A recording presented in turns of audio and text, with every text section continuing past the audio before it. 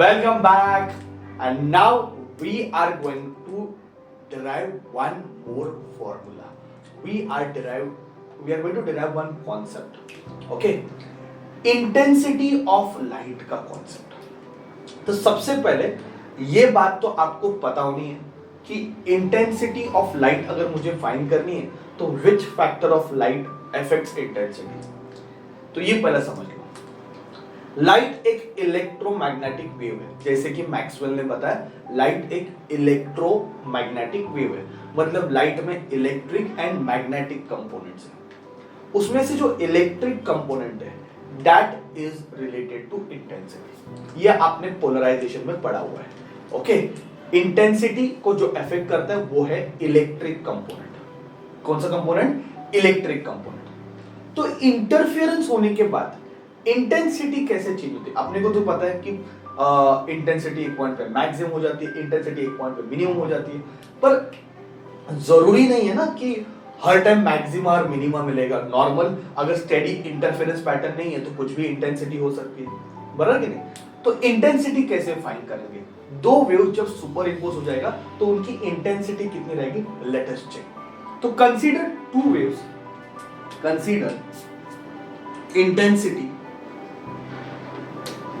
of light. Okay,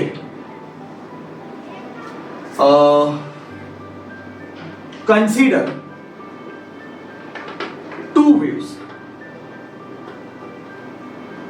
of amplitude E naught, that is the electric field. Okay, electric field component, and having phase difference phi and meeting at point P. तो भाई दो waves consider कर लो, दोनों का amplitude same है और दोनों में फेज डिफरेंस है फाई. दो वेव्स आए, दोनों एक पॉइंट पे मिले, वहां पे हमें इंटेंसिटी फाइंड करनी. I want to find intensity at a point where they will superimpose, where they will interfere. उस पॉइंट पे इंटेंसिटी निकालना है. ठीक है, तो भाई मैंने इंटेंसिटी निकालना है तो दो वेव्स लेने पड़ेंगे. दोनों का एम्पलीट्यूड क्या लिया? ई नॉट. ये ई नॉट क्यों लिया है? इलेक्ट्रिक फील्ड कंपोनेंट है, क्योंकि इंटेंसिटी के लिए वही रिस्पॉन्सिबल है. Okay, and having phase difference phi. Phase difference क्या लिया? फाई.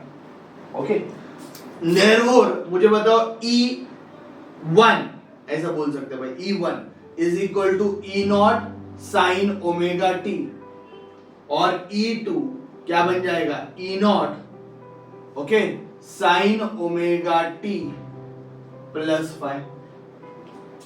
ठीक है, तो दो वेव्स है. अभी आपको एकदम क्लियरली दिख रहा है. इलेक्ट्रोमैग्नेटिक वेव्स है, इलेक्ट्रिक कंपोनेंट. एसएचएम में अपन ने देखा था ऑसिलेशन में. तो E1 is equal to E not sine omega t और E2 is equal to E not sine omega t plus five. I hope this is clear कि दो वेव्स है, दोनों का एम्पलीट्यूड सेम है, दैट इज E नॉट. दोनों का angular speed same है, दैट इज ओमेगा. पर इसमें और इसमें फेज डिफरेंस कितने का आ रहा है? 5 का. ठीक है, नाउ माय डियर स्टूडेंट्स, क्या मैं ये लिख सकता हूं कि इधर resultant will be E1 plus E2, दोनों का वेक्टर एडिशन करेंगे by principle of superposition. Therefore ये E क्या हो जाएगा?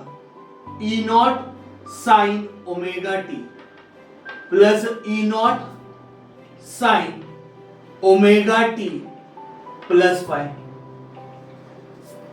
ओके, E1 क्या हो जाएगा? E not sine omega t, और E2 क्या हो जाएगा? E not sine omega t plus five.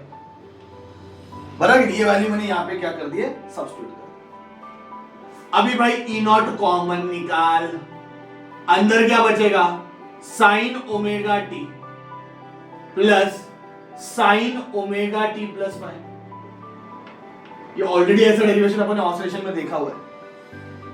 ठीक है, now we are going to use sine C plus sine D का फॉर्मूला. क्या है formula? 2 sine C plus D by 2 बराबर है 2 sine C plus D by 2 cos c minus D by two चलेगा।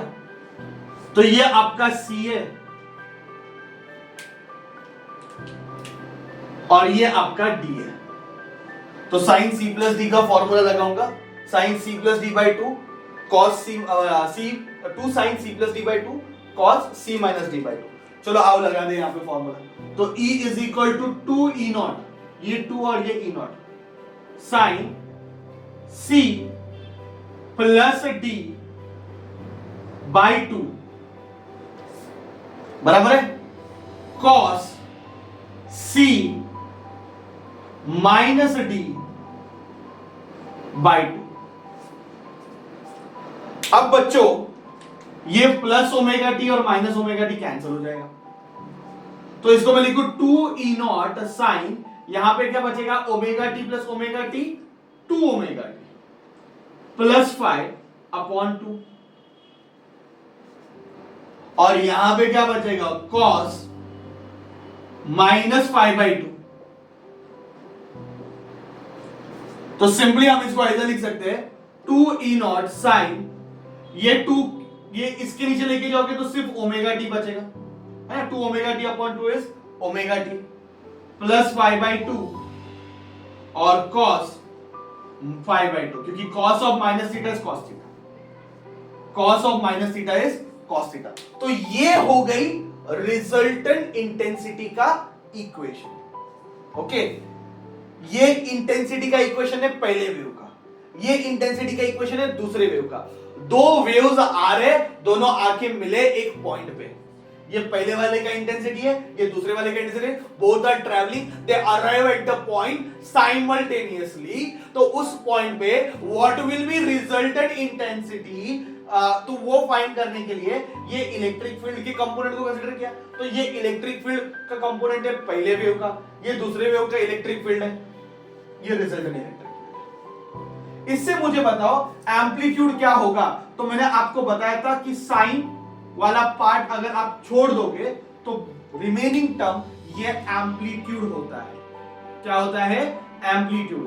तो 2 E naught cos 5 by 2 is the amplitude. इसको आप ई not dash भी लिख सकते हो, दिस इज रिजल्टेंट एम्पलीट्यूड, क्योंकि ये एसएचएम है, सिंपल हार्मोनिक मोशन, एसएचएम का इक्वेशन है। और एसएचएम के इक्वेशन में दो चीजें दी हमने, amplitude sine, come on, amplitude sine, ये एसएचएम का इक्वेशन है, ये एसएचएम का इक्वेशन है। याद करो मैंने ये सब बताया था ऑसिलेशन चैप्टर में। तो ये amplitude sine, amplitude sine, SHM के इक्वेशन में और कुछ होता है क्या? नहीं होता। एम्पलीट्यूड है साइन है, एम्पलीट्यूड है साइन है, दो एसएचएम को ऐड करोगे तो मिलेगा क्या? एसएचएम मिलेगा। तो हमें एसएचएम मिल गया, तो दो एसएचएम को ऐड किया, हमें एसएचएम मिल गया। तो इसमें भी एम्पलीट्यूड और साइन रहेगा। तो साइन वाला पार्ट छोड़ दिया, ये साइन वाला पार्ट निकाल दिया, तो बचा हुआ पार्ट आप क्या लिख सकते हो? एम्पलीट्यूड। ठीक है, तो हमें एम्पलीट्यूड मिला। ओके, एम्पलीट्यूड मतलब ये इलेक्ट्रिक कंपोनेंट का रिजल्टेंट एम्पलीट्यूड मिला, electric component. Now let us से कि फर्स्ट वाले वेव का फर्स्ट और सेकंड वेव, फर्स्ट वेव का एंड सेकंड वेव का, दोनों वेव का इंटेंसिटी लेते हैं आई नॉट, है ना। फर्स्ट वेव का और सेकंड वेव का इंटेंसिटी लेते हैं आई नॉट, क्योंकि दोनों का एम्पलीट्यूड सेम है और अपने को पता है intensity is square of the amplitude. ये पता है कि नहीं? इंटेंसिटी के बदले हम क्या लिख सकते हैं? Square of amplitude. अभी ये नई intensity, resultant intensity, sorry resultant amplitude, ये रिजल्टेंट एम्पलीट्यूड है, बराबर है। एट पॉइंट P, ये P पॉइंट पे जहां पे दोनों वेव्स आके मिले वहां पे रिजल्टेंट एम्पलीट्यूड A, ये P ये है, इसको आप चाहिए तो स्मॉल a लिख सकते हो। क्या लिख सकते हो? Small a। तो P पॉइंट पे कितना इंटेंसिटी रहेगा? दैट इज a का स्क्वायर, इसका square, that is E not का स्क्वायर, E नॉट डैश का स्क्वायर, बराबर, इसका स्क्वायर हो जाएगा। तो ये आंसर क्या आएगा? आंसर आएगा, इसका स्क्वायर करोगे तो 2 का स्क्वायर कितना आएगा? 4, ये E नॉट स्क्वायर और ये हो जाएगा cos स्क्वायर 5 बाई 2। समझा? तो ये इंटेंसिटी है, ये इंटेंसिटी कहां पे? पी पॉइंट में रिजल्टेंट इंटेंसिटी, मतलब दो वेव्स मिलने के बाद ये इंटेंसिटी बनेगी। Ip is equal to 4 E naught square cos square 5/2, और ई नॉट स्क्वायर के बदले आप आई नॉट डाल सकते हो, तो Ip is equal to 4 I naught cos square 5/2। बात समझ में आ रहा है? तो ये हो गया फॉर्मूला इंटेंसिटी का। Okay, it is 4 I naught cos square 5/2। Easy, समझ में आ रहा है? ये इंटेंसिटी कहां पे? जहां पे दोनों वेव्स आके मिले, जहां पे दोनों वेव्स आके मिले वहां की इंटेंसिटी। ये इंडिविजुअल वेव की इंटेंसिटी, मतलब पहली वाली जो वेव थी उसकी इंटेंसिटी आई नॉट, दूसरी वाली की जो वेव है उसकी इंटेंसिटी भी आई नॉट ही। दोनों की इंटेंसिटी क्या है? सेम है। क्यों? क्योंकि दोनों का एम्पलीट्यूड क्या है? सेम है। इलेक्ट्रिक फील्ड एम्पलीट्यूड क्या है? सेम है। तो आ गया। अभी सोचो अगर हम ऐसे बात करेंगे फॉर मैक्सिमम,